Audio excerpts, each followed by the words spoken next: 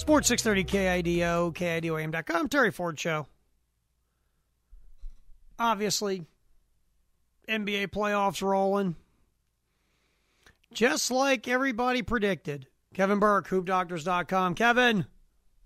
Terry Ford, what is the good word? Oh, I guess the good word is Mavericks. Yeah. Wow. Seriously. How about word, that? Surprising word. Yeah. I mean, if you ask Dirk secretly, I think he'll tell you he's surprised. Oh, good. Yeah. If you went to Mark Cuban, what do you? I'm surprised. I thought we were going to lose. I can't believe we won and swept them. Yeah. Not that they couldn't beat them, but I mean, in this fashion, especially Game 4 yesterday. I mean, secretly they all have to be a little bit shocked in how, especially Game 4 played out. Yeah, I mean, the way the Lakers just rolled over and just died. I mean, it was just awful. I mean, this, and you know, I'll ask you, because people are batting it back and forth, and I don't think it tarnishes anything, but there are people saying this really tarnishes Phil Jackson's legacy, how this team just quit on him. I don't think it tarnishes anything. I mean, if anything, it makes the Laker organization go, what do we got moving forward? I don't think it tarnishes. I mean, they're not taking back the 11 championships, are they? I didn't hear anything about that today. No, I mean, 2 years from now. I mean, what is it? Whatever date today is, 2 years from now, we think about Phil Jackson's legacy. We're not even going to remember this. I mean, I couldn't believe the pity party that was thrown for him yesterday and the first half of today. Oh, his legacy may be tarnished. He goes out like this. The guy has 11 rings. Let's cancel this pity party, okay? Because I will not be attending. I mean, give me a break. I mean, he's accomplished a lot. This does nothing. How can one game or one series take away 11, championships? That's unprecedented. Nothing can tarnish that. I mean, I don't feel sorry for Phil. He didn't seem as if, he felt sorry for himself. He felt in the post-game press conference, he looked happier than I've seen him in a long time. He looked like he was at peace. He was more cordial with the media than I've seen in a long time. He seemed fine. He seemed thrilled. He was at peace. He was content. No, not at all. Not in one bit do I think this tarnishes anything. And in 2-3 years, we won't even remember, how his last game ended. Not to mention the fact that I'm not completely sold. He won't be on Miami sidelines in 3 years. But that's another story. Exactly. It's like Phil, you going to go to Montana and chill? No, I'm gonna go South Beach. Really? Yeah, I'm gonna hang out there. If he's coaching in 3-4 years, I'm not shocked at all. And you brought up something just now, talking to Kevin Burke, HoopDoctors.com and Sports 630 KIDO, Terry Ford Show. I think Phil looked relieved. I think it was like this season, besides that 17-1 run after the All-Star break, this team had issues all year. There seemed to be troubles. Now Kobe's wife is breaking up Pau Gasol and his girlfriend, and you got goofy Ron Artest. You got, Andrew Bynum. When's he going to get hurt this week? Lamar Odom's walking around with the Kardashian family. I just think Phil went, thank God. Now me and Jeannie can go hit the Unabomber hut in Miami and get busy. Yeah, it looks like the weight of the world is lifted off of his shoulders. He regretted coming back for this last season. I'm sure he regretted it during the first half when they had that losing streak and they lost to the Cavaliers. Everyone was questioning everything. I'm sure, in a private moment rather, he said, "Wow, why did I come back?" Now that it's over, he looked relieved. I mean, he just looked happy. He looked very happy and at peace. And he's not coming back next year. But again, after a few years in Montana or wherever, Nebraska, maybe he's back. Who knows? We are talking hoops with Kevin Burke, HoopDoctors.com, Sports 630 KIDO, KIDOAM.com, Terry Ford Show. All right, so the Lakers, moving forward, you look at, I guess it's Brian Shaw. I'm hearing Rick Adelman. I think Mike Brown threw out the name Mike Brown. That ain't going to happen. I'm sorry. Larry Brown's got a better chance. Charlie Brown's got a better chance than Mike Brown.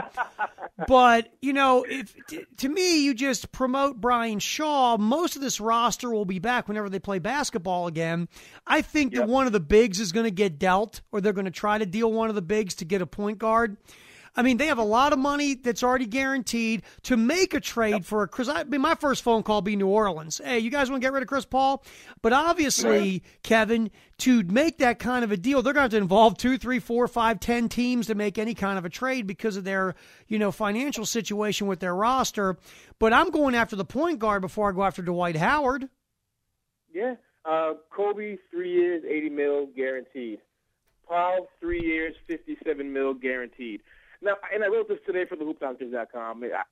personally, just me, one man's opinion, I don't think that there's necessarily a cause for concern. I think this demise of the Lakers is kind of kind of exaggerated a little bit. I mean, the core is old. Yes, Kobe's 32, Odom is 31, Gasol's 30, Fisher's 36, Artest is 31. Yes, that's an old core. But say you lost Fisher and say you lost Artest, I think they're just as good a team as they were last year. So if you can kind of keep the core of Kobe, Powell, Odom, and Bynum intact, I wouldn't tinker with that core. If you want to tinker with some of the ancillary pieces around that, I'm all for that. Like you say, get a point guard, get younger, get some good, solid role players that are younger that can potentially build around in the next couple of years. I'm all for that. But the Lakers went 57-25 in today's Western Conference. That's pretty darn good. I didn't get the memo. I kind of lost it where going 57-25 in today's Western Conference means you should blow up your team. Right. They're getting older, but I just don't think they're, I think if they bring back everybody, every single person on the roster for next year, I think they contend for the West regular season crown again. That's just me. I mean, all I would do, and I agree with you, don't blow it up. That's ridiculous and asinine, and It's stupid. And I'm hearing these guys, these talking heads going, no, you don't blow it up. What you do is, okay, you've got, to me, all the number one big move I would try to make is I would call New Orleans. Yeah. I would check the temperature on a Chris Paul situation. And if I got to give up one of my, again, I'm not an Andrew Bynum guy. I never will be. I just don't believe you can ever play more than 45 games. I would dangle out a Bynum, young guy. I don't know New Orleans cap situation off the top of my head, where they're at, what they can do, what they can't do. If I got to involve another team or two to make it happen, I will trade Bynum to get Chris Paul. Then I'll go out next year with Odom and Gasol and Paul and Goofy Artest and Kobe with the bench I have, and I'm telling you, I will compete to win the West. Yeah, I definitely backed off of my Andrew Bynum stance a little bit after yesterday's shot on JJ Barea. I think Bynum, he's definitely now a certified dirty player in the NBA. He had a similar cheap shot on Michael Beasley late in the season. For whatever reason, the Timberwolves are finished last in the NBA. I'm not sure why you would want to do that. Why waste your time? Exactly. Why waste your time? Yeah, he rips off his jersey. He doesn't apologize afterwards. Right. You just don't want that negative vibe in a locker room that's supposed to be a championship caliber locker room, a winning tradition. And like you said, he can't stay healthy. And when he is healthy, you kind of have to temper your expectations. He plays in spurts. I'm also if you're talking Bynum and Chris Paul straight up. Yeah, I think I would do that. Like you said, check the temperature in New Orleans. You want to send feelers out there. Absolutely. Fisher's 36. They're not getting any younger. But yeah, I mean, if it's like a Bynum for a Chris Paul, absolutely. And I wonder also because there was talks primarily before about Bynum possibly for Carmelo Anthony. Not sure how true that was during the time near the trade deadline. But of course now they're scratching their heads and they're kicking themselves, regretting that if, in fact, that were true. But, sure, I would dangle Bynum out solely for the fact that he just really left a sour taste in my mouth after yesterday's game. Kevin Burke, Odom not so much. Odom actually apologized. So right. Odom, yeah, and his wasn't even half as bad as what Bynum did. I mean, his wasn't half as bad. Yeah, exactly. And he had to hear Chloe's mouth afterwards. So exactly. That's the negative. Can we trade Khloe Kardashian and Andrew Bynum? I would trade Khloe. Sports 630 KIDO, KIDO.com. Terry Ford Show. We're talking to Kevin Burke from HoopDoctors.com. So we see where the Lakers are at, and then you move and you kind of take a step back and look at the rest of the NBA playoffs. And, Derrick Rose, God love Derrick Rose. I would vote for Derrick Rose as MVP. I think Derrick Rose is a fantastic young player. Yep. But Derrick Rose needs to stop shooting. I mean, I look at this, Kevin, and I understand. And look, I know it's a two-way street, and it's never as simple as, hey, Derrick, get your teammates involved. Because sometimes when you're a player of that ilk, and you get the vibe that the other four guys on the court are wetting themselves in fear of shooting the basketball, or they're not bringing it. Then you go, well, you know what? Then I'll shoot it because if we're going to lose, at least I'll be shooting it, and I got the stones to do it. But I wrote this. Yep. Mm-hmm. But when you're the point guard and you 15 times during an 82-game season took 25 or more shots, and already in over half of your playoff games you've taken 25 or more shots, something's off, bro. I don't know if he has no confidence in those guys. Those guys don't have confidence in those guys. I don't know what's going on.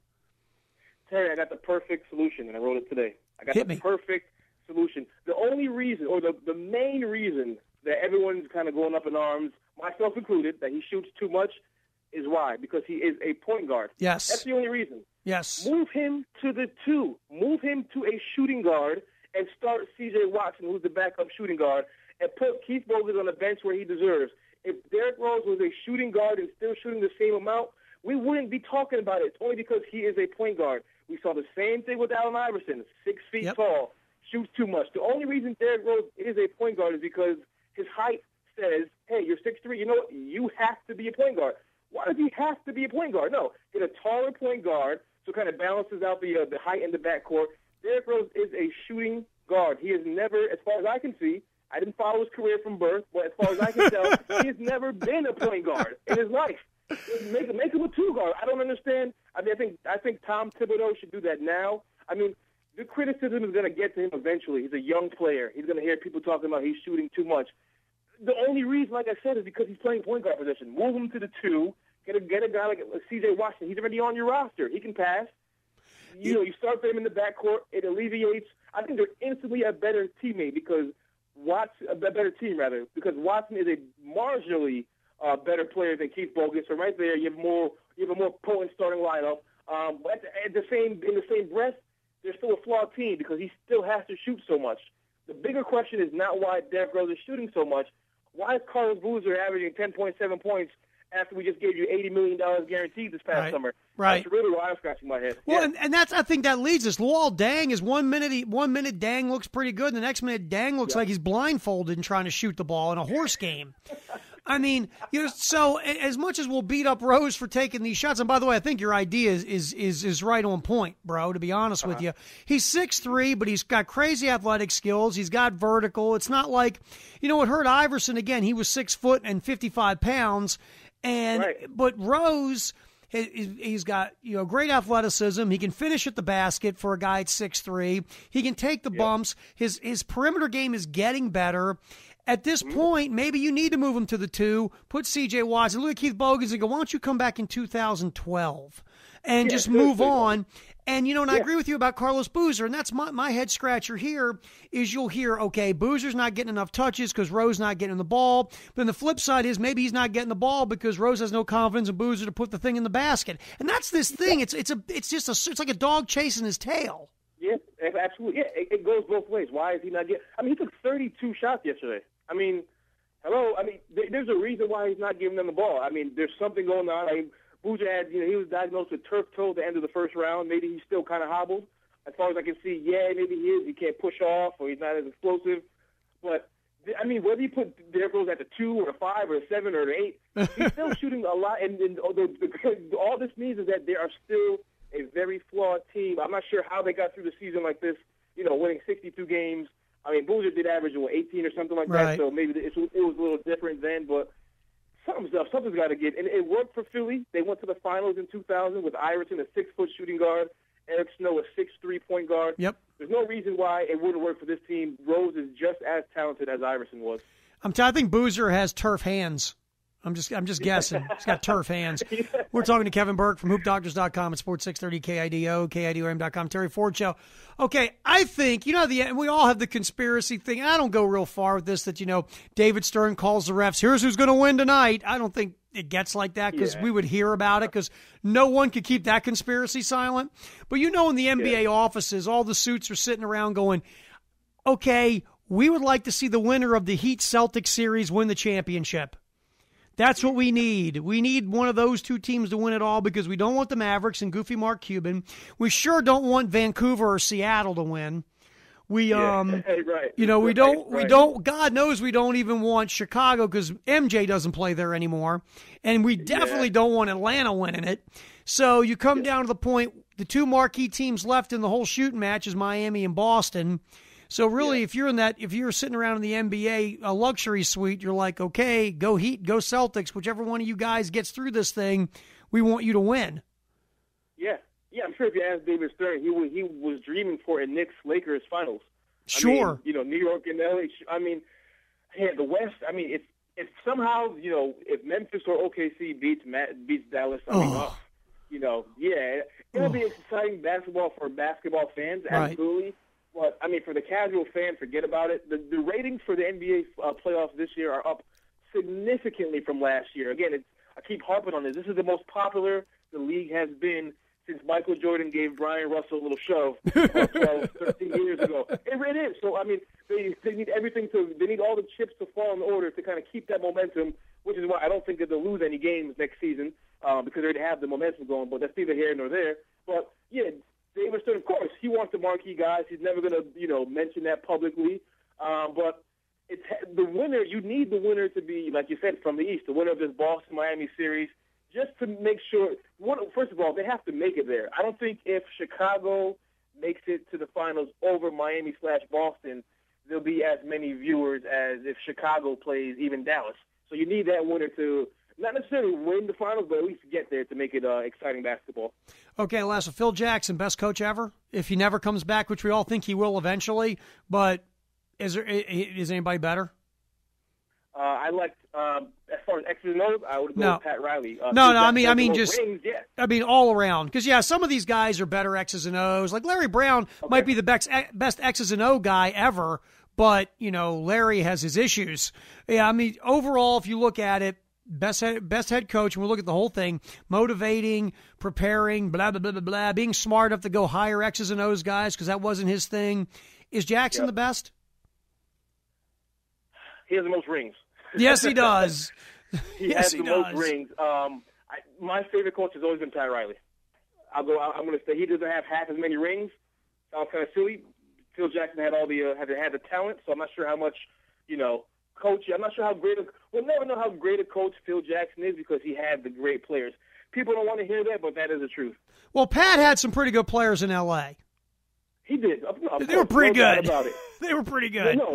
No doubt about it. But the team he had in Miami that he won a championship with, I don't think they were that great. I mean, outside of Wade and Shaq, the team was kind of, they're okay. I mean, granted, he coached them half the season, but I mean, it's hard to take anything away from a guy who won 11 rings. But the fact of the matter is, he did have a lot of help. He really did. Again, it's not what anyone wants to hear, but it is the truth. So I guess the easy answer, yeah, sure. Phil Jackson is the greatest coach ever. I think you look at him, and then you obviously in the last 30 years, Pat Riley's in the conversation. On another level, you have to look at Greg Popovich being there. I can't count Rudy Tomjanovich because Jordan wasn't in the league. Those 2 years don't count. Yeah, exactly. Yep. So I'm with you. I guess there's a short list. Larry Brown, if you just look at being a basketball coach, because he won in college, he won in the pros, he's won everywhere, he must be but he's an unbelievable pain in the butt. Yeah. And I guess absolutely that's what hurts him. Yeah. Plus, his 1 year in New York was oh my god. I was following him. I followed him every game since as far back as I can remember. I mean, Larry Brown, he coached the team. This is a guy. He was the most coveted coaching jewel at the time. Right. So Isaiah Thomas brings them in, and what does he do? He coaches them to the worst, tied for the worst record in franchise history, and he is somehow made out to be the victim in the entire thing. He would call out the players in the media. I'm getting way off track, but I thought he was just as much culpable for that disastrous year as Isaiah Thomas was, as Stephon Marbury was. There was plenty of blame to go around, and he was just made out to be the victim, which was sure. Well, you know who made him out to be the victim, Kev? Larry Brown did. That's what Larry Brown always does. Kevin Burke, HoopDoctors.com. Always good talking with you, bud. We'll catch you next week. Sounds good, my friend. All right, see you, buddy. Sports 630 KIDO, KIDO.com.